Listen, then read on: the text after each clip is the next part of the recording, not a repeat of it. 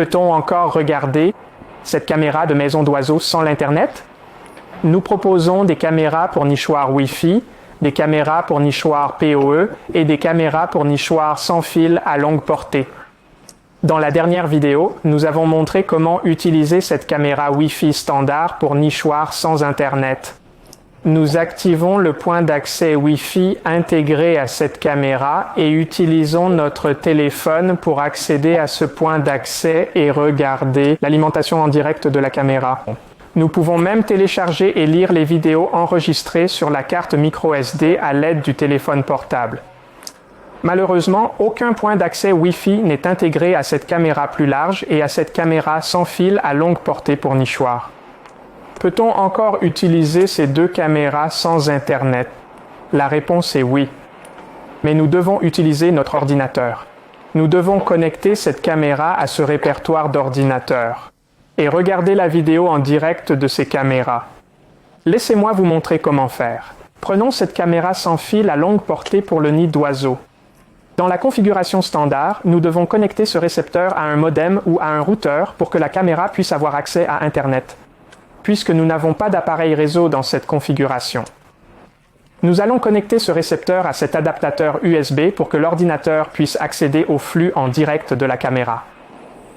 Je vais utiliser ce petit code pour connecter ce récepteur à cet adaptateur USB.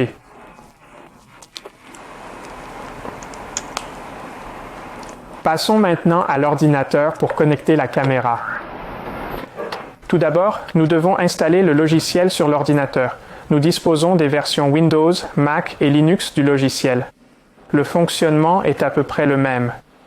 Le logiciel est installé sur ce MacBook. Nous devons également désactiver le Wi-Fi.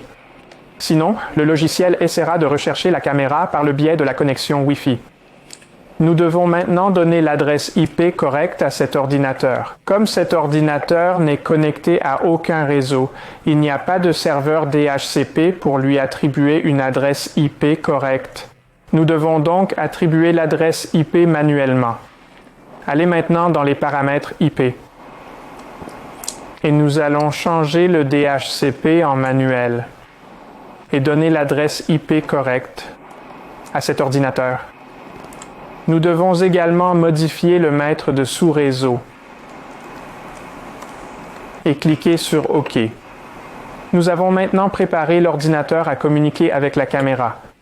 Passons à l'application et cliquons sur la recherche IPv4. Le logiciel va maintenant essayer de découvrir la caméra. La caméra est découverte avec l'adresse IP. Maintenant, cochons la case et cliquons sur Ajouter. La caméra est ajoutée au logiciel et la connexion est établie. Connecté. Le logiciel a maintenant établi la connexion avec la caméra. Passons au moniteur. Et double-cliquons sur le nom de cette caméra. Nous avons le flux en direct de cette caméra. C'est fait. La connexion est assez simple. Et si nous utilisons la caméra filaire pour nichoir, nous pouvons utiliser exactement la même approche pour travailler avec cette caméra. Mais il est un peu dommage que nous ne puissions pas utiliser ce téléphone portable pour connecter cette caméra. Il n'y a pas de réseau Wi-Fi. Alors, comment utiliser le téléphone portable pour travailler avec cette caméra? Vous pouvez acheter un routeur bon marché et connecter cette caméra à ce routeur à l'aide d'un câble Ethernet. Enfin, vous pouvez utiliser ce téléphone portable pour accéder au signal Wi-Fi de ce routeur et regarder le flux en direct de la caméra. Si ce sujet vous intéresse, veuillez laisser un message dans la section des commentaires ci-dessous. Je tournerai une autre vidéo pour expliquer comment utiliser ce téléphone portable pour connecter cette caméra filaire sans Internet.